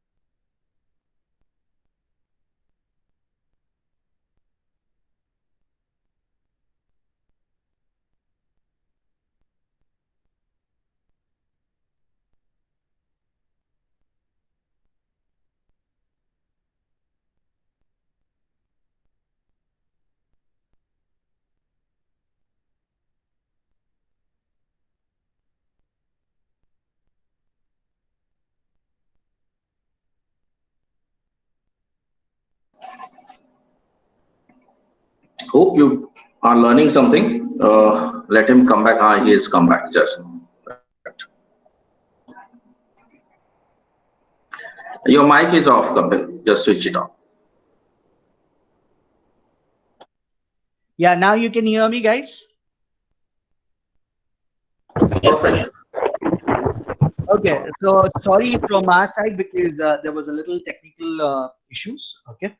Um, yeah, where was I? I want to share the screen with you. Just 1 minute. Okay. Um,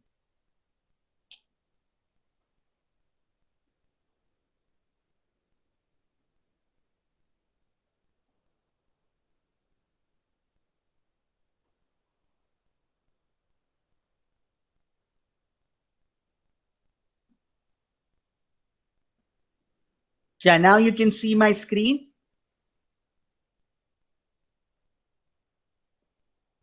Yeah. Yeah. So similarly on same ground, okay, where we worked with the density and velocity for stone effect, where fume was coming up. Over here, I have worked with the temperature. Okay, so as an artist, because now this is pyrotechnique, that was volumetric, okay, atmospheric, and this is the pyrotechnique that we are working with. So in pyrotechnique, as I told you, we need to work with the density, velocity, and the temperature. Okay, I've kept my fuel to 0. Okay, you can see that, but because the kind of effect that you can see it. Okay, it's a nicely burning effect. Okay, where just a very simple manner, where a ghost or the cloth that I've created. Okay, see to it first. Go back. It's just a simple cloth. Okay, there is an interaction with the body also.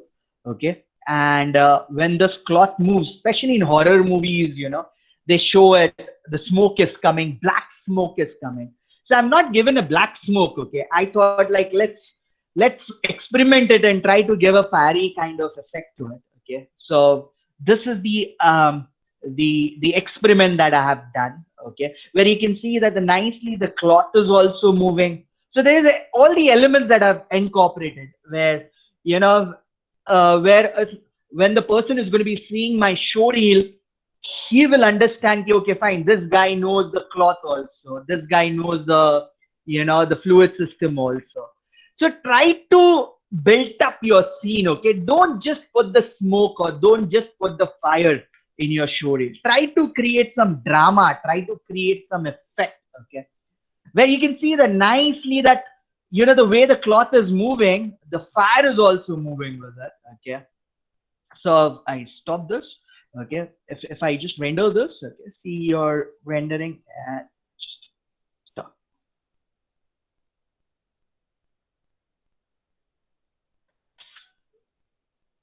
Okay, so let's render this. and I'll show you what all things that I have applied it in this effect.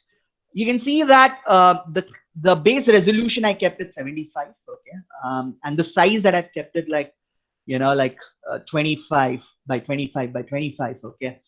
But the main important thing is what method that I've used it. I've used the density, I've used the velocity, I've used the temperature, okay. You can see all these three parameters that I kept it like dynamic grid, okay. And if I'm going to be straight away, nothing else I have done, okay, straight away, I went on to the shading parameters, okay, where you can see that I kept it the color as a black only because I don't want, the color parameter should affect on my temperature. So in incandescence, I just given what you call as a yellow color. You can see that. And you can look over here on yellow. I have given a values of HSV, certain values, but value, that is basically because hue, saturation, and value, I kept it as a 5. That is a little higher. I kept it, and I kept it like little black onto the end area. Okay, you can see that I given a little input bias to something around say 76. I worked with a little bit onto the transparency because if you try to keep it like 0, you will get a quite opaque, dense, hard kind of effect. Okay, I wanted little see-through effect. So to get this little see-through effect, you need to have a transparency onto the higher side. Okay, plus play with your opacity because this plays a very important role in your effects. And there's a one more thing what I've added is the shading quality, and inside the shading quality, try to make it like 2 and try to make it like smooth. Okay, so this simple parameters that what we have worked with it, and you can see that how the kind of result that you get it over here. Okay, the result that you get it over here, because that's really important. Okay, and it's more of experiment, guys. Okay, never ever think okay fine, the effect will be created within 5 minutes or within 10 minutes. It's not that. Okay, you need to have a hunger within yourself to create this effects. Okay, and try to experiment it. Okay, it's not a big thing. Okay, but go slowly.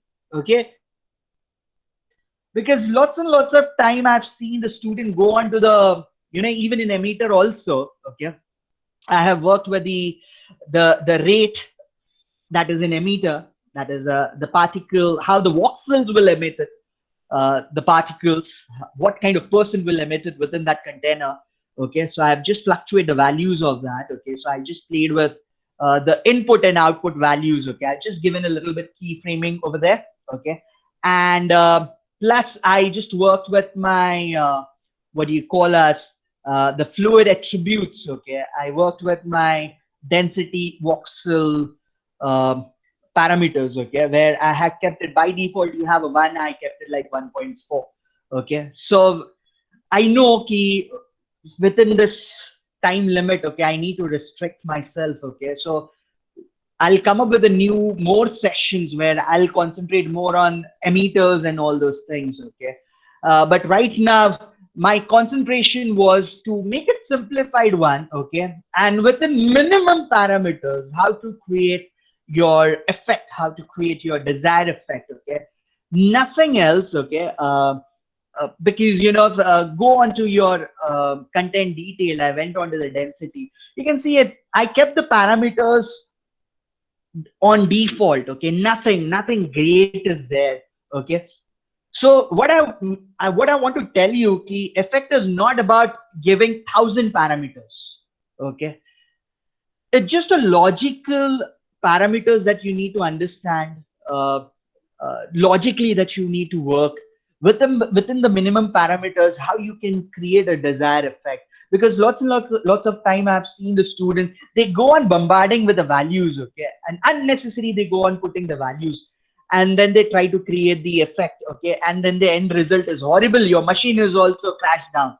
Okay, so as an artist, okay, try to achieve the result with the minimum values. Okay, so your mind will open up, and in future you will come up with a new different outputs. Okay, so on a student level, try to get the knowledge why you are increasing those values. Okay, understand.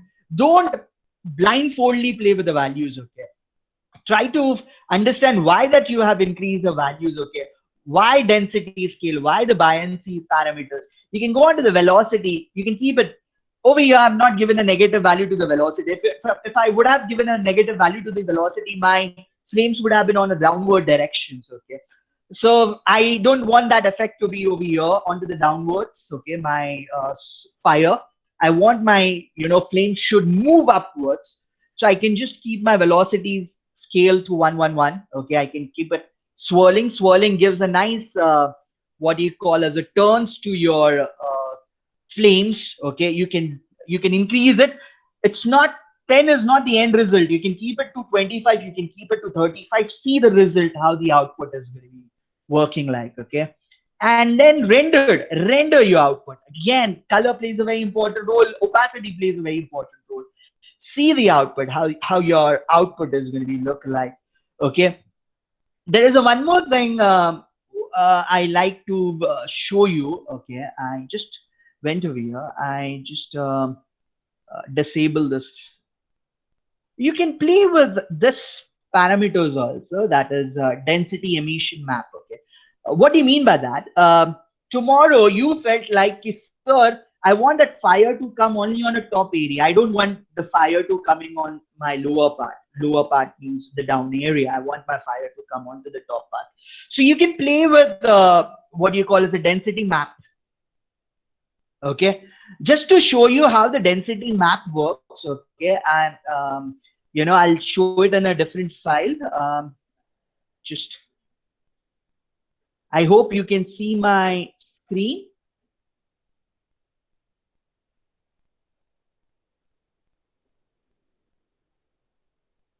You can see my screen. Okay, another screen of Maya. Yes. Okay, so just to give it very fast kind of understanding, how to remove the fire only from a specific area.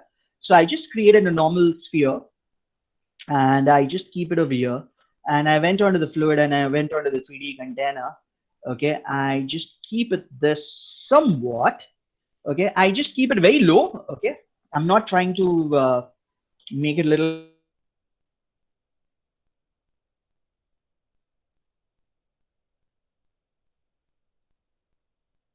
I'm just keeping it very low. Okay, okay, I've just removed the emitter from my fluid. This is the object that I have, right? Okay, so what I'll do it.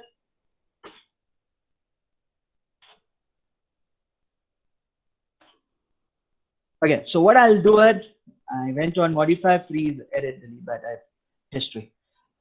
So I'll go onto my paint and I'll just assign textures. I'll try to keep it like quite low, 1K file. I'll just keep it a 1K file, just make it a 1K. And I just keep it as if file. Maya if file is also fine, or if file is fine. I just done this. Go onto your flood paint. I just made it. Look over here. So only on this areas my fire will come or my smoke will come. Okay, so you can restrict your fire, okay, on a certain areas. Yeah, somewhat funny manner I've created this. Okay, so what I'll do it, I'll say save textures. Okay, for before saving this, I need to save my file. So randomly, I'm just saving my file very fast, and I just say just whatever random name that I've given to it, and I save my file. Okay. So yeah, my file has been saved. Okay. Now proper look. If I try to emit the particles, okay, so if I say go over here and I say fluid, I went over here, emit from object. And if I play it, so you can see that the smoke is coming from all the area. Yes or no? Okay. So what I have to do it, I need the fire should come only on this area, okay, from a white area. So what you can do it, I can, so where my file has been saved, so I'll go over here, look over here, that's a file has been saved, that's called as a file one. Okay, so I can give the name of that file inside my density emission. So I'll just write it down as file one. Okay, let's see what will happen. Okay, so I just went back and I just play with it. So now you can see that the smoke is coming only from that specific area. Can you see that, right? Okay, it's not coming from all the directions. So you have given a map on your, what do you call as a fire, sorry, on your smoke or on your fluid attributes. You can see that density emission map you have given. Okay, so it will come from that specific areas only. So why I have shown you this, because lots of experiment that you can do it. Okay, if you see that in this also, I just activate this smoke, go back, play with this. So in this also, if you want your map should affect only on a top part, that was the smoke, rather than coming fire, rather than coming from all the part, you want that fire should be coming only on a top area. What you can do it, you can play with your, what do you call as, with your density map also. But for that, you need to play with black and white unwrapping that you have to do it of your model, and then you have to play with it. Okay, so this also experiment that you can do it to get the desired effect, to get the kind of effect that you're looking out for. So these are the tips that I want to share it with you. You can play with the maps also. Yes or no? I hope you you understood the session. Okay, this session was more on, for you people, because to understand, because some people are expert but some students are on basic level. Okay, so I want to keep it as a common ground for you people, to make it simplified and to make you understand much better manner. So it's not about, how the people call it as an advanced fluid system. Okay, for me there's nothing about advanced and all. For me everything depends on how those artists play with the values. Okay, and with the simple minimum values, how they come up with the output. I basically look for those guys. Okay, because every time it's not about playing with maximum values. Okay, you can play with the minimum values and you can still achieve amazing output. Okay, so this session was more on that. Okay, so how to play with the minimum values and try to create your result. Okay, so I hope you understood the session. Okay, and later on we will come up with, because within one day it's not possible to cover up all the detailed parameters. Okay, because you have emitter also, because this also plays an important role. You have a fluid system. This was just to show you how the effect has been created, but there is a one more very important thing that's called as a texturing. This also adds a very good drama in your effect. Okay, you can imagine with the minimum values I have created this output, but if I start giving all the parameters like a textures, I'll put what you call as uh, emission attributes, fluid emission, turbulence. If I start putting all these parameters inside my scene, definitely my output would be something else. Okay, it would be more enhanced also. You never know how the output is going to be playing on your screen. So right now what you're seeing in my screen is just to focus with minimum values how to create your output. That was my main motive for this sessions. Okay, I hope you understood and I hope you like this session. Okay, um, and thank you Okay. for thank you. Kapil, can we go for a quick Q&A if they have some questions in their mind? Just keep the answer short and question also short. Okay, not a problem. So that there's some doubts should be there in their mind, just it gets cleared. Yeah, Geeta Shukla has written something. Yeah, it comes. Yeah, who is that? Geeta Shukla has written, sure, if the smoke simulation is atmospheric and explosion comes under pyrotechnics, then what is the liquid simulation? Liquid simulation is what you can call it as water, water splashing. Okay, you can say the bottle. Like there is an ad like face wash. So there is a fruit which comes and hit onto the person's face, and suddenly that fruit becomes a liquidy. Like liquid is flowing out from that. Chocolate simulation. For those things, I think the best option to work is real flow software. Real flow software is a good option for liquid simulation. Real flow. Just to give an idea, okay, I'm trying to show you my screen. Okay, just 1 minute. Okay,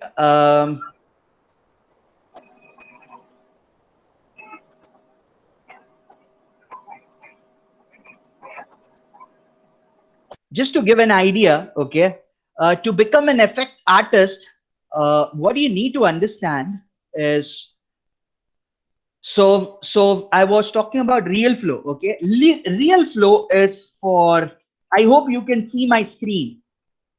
Liquid simulation, okay. Now this software is good for your liquid simulations, okay. And to become what you call as an effect artist, very important, to become as a team leader, to become as a head of the team, to become as a topmost artist, I think you should know this all softwares, okay, to become as a really effect simulation artist, okay, because I just break down a little bit because Houdini is altogether a different software, okay. Fume FX is a plugin for Maya also. Blast Code is a plugin for Maya. Fume FX is for smoke pyrotechniques and even for the atmospheric for smokes and all. Blast Code is basically for polygonal object debris destructions. Okay, for that you're going to be using it. Rayfire is also for destruction, but that's for 3D Max. You have a Real Flow for liquid simulation. You have a Phoenix FD again for pyrotechniques that has been created by the Chaos Group. Crowd simulation is a different subject altogether because for you wanted like a huge army of people is marching, going for a fight, okay. So for those you can use the massive software. Then there is a, this is a Krakatoa, it's a rendering engine. I don't want to specify more on that. Miarmi is also for crowd simulation plugin. Okay, so these all softwares are there. Okay, but for liquid simulation, for water simulation, liquid simulation, ocean simulation, you can use this option that's called as a liquid simulation, where you have a hybrido. Okay, is also there for ocean splash foam. Okay, for that you can use real flow for the liquid simulation. Yeah. I hope I covered up that. Okay, there is one more question from Saloni Aurora. She is asking, sir, if the smoke falls under atmospheric category, then why did you use the temperature? I'm not using the temperature for creating a smoke. Okay, if you've seen that, if I'm going to be going over here, if I'm going to be showing my file, just 1 minute. Okay, I'll share my file to you. Uh,